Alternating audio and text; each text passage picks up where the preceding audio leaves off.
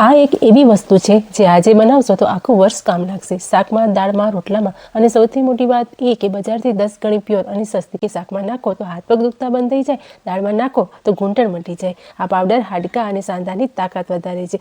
આજે હું બતાવીશ સરગવાની સિંગનો પાવડર બનાવવાની એકદમ સાચી રીત, અને છેલ્લે તેના એવા ઉપયોગ કહીશ કે તમે વિડીયો સેવ કર્યા વગર નહીં રહી શકો.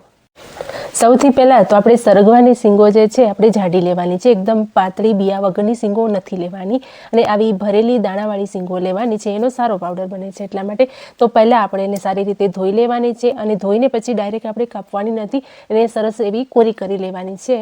અને પછી એનો આજુબાજુનો આ દાંડીવાળો ભાગ છે ને એ કાપી લેવાનો છે, અને વચ્ચેનો સારો આપણે ભાગ લેવાનો છે. અને પછી આપણે સિંગની વચ્ચેથી આવી રીતે ચીરીઓ કરી લેવાની છે. હવે જે પાર્ટ આવે છે ધ્યાનથી સાંભળજો કે આપણે દાંડીવાળો ભાગ કટ કર્યા પછી વચ્ચેના ભાગની ચીરીઓ કરીને એના આવા નાના નાના ટુકડા કરવાના છે, મોટા ટુકડા કરવાના નથી. તો અહીંયા તમે જોઈ શકો છો એકદમ નાના નાના ટુકડા કરી લીધા છે. તો હવે આ એક થાળીમાં સમાય એવા નથી. મેં અહીંયા 5 કિલો જેવી સરગવાની ફળીઓ લીધી છે. તો હવે આપણે આને અલગ અલગ વાસણમાં લઈશું, અથવા તો તમારી જોડે કોઈ કોટનનું કપડું હોય તો એનામાં તમે એક સાથે પણ પાથરી શકો છો. તો હું આને તડકામાં મૂકી દઈશ. અહીંયા તડકો મારે અહીંયા આવે છે સરસ એવો. તો તડકામાં હું આને 2 થી 3 દિવસ સુધી સૂકવીશ. સૂકવવાથી જે સૂર્યના કિરણો આમાં પડે છે ને એનાથી પણ આના પોષક તત્વો વધી જતા હોય છે. તો અહીંયા સિંગો સુકાઈ ગઈ છે, તો મેં બધી જ એક થાળીમાં કરી દીધી છે. અને હાથેથી આપણે આવી રીતે તોડીશું ને તો ફટાક એવો અવાજ આવે એટલે સમજી લેવાનું કે સરગવાની સિંગો સરસ એવી સુકાઈ ગઈ છે. અને સુકાયા પછી એ થોડીક થઈ જતી હોય છે એટલે એક થાળીમાં આવી ગઈ છે. હવે મિક્સર જાર લઈ અને થોડી થોડી સરગવાની સિંગો નાખી અને સરસ એવું આપણે પીસી લેવાનું છે. તો અહીંયા બધી જ ફળીને મેં પીસી લીધી છે. બધું જ પીસાઈ જાય પછી તેને આપણે ચાળી લેવાનું છે.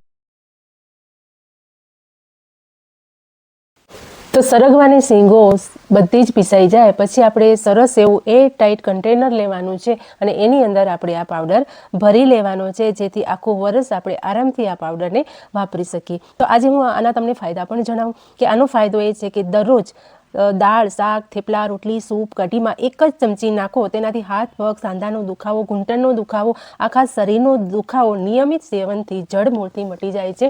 તે ઉંમર વધે એટલે હાથ પગ, સાંધાનો દુખાવો તો રહે જ. તો રોજ દવા લેવી કોને ગમે? આ એક એવી વસ્તુ છે જે શાકમાં નાખો તો પણ ફાયદો, દાળમાં નાખો તો પણ ફાયદો. ખાસ કરીને હાથ પગના દુખાવામાં તો લોકો જેને રામબાણ માને છે એવો આ સરગવાનો પાવડર તમે પણ ઘરે જ બનાવતા શીખી જાઓ. અને આ કુદરતી વસ્તુ હોવાથી શરીરની રોગ પ્રતિકારક શક્તિ મજબૂત કરવામાં સહાયક છે. બજારના સપ્લિમેન્ટ કરતાં ઘરે જ બનતું શુદ્ધ અને કેમિકલ વગરનો પાવડર તમને ગમ્યો હોય તો વિડીયોને લાઇક, શેર અને સેવ જરૂરથી કરજો.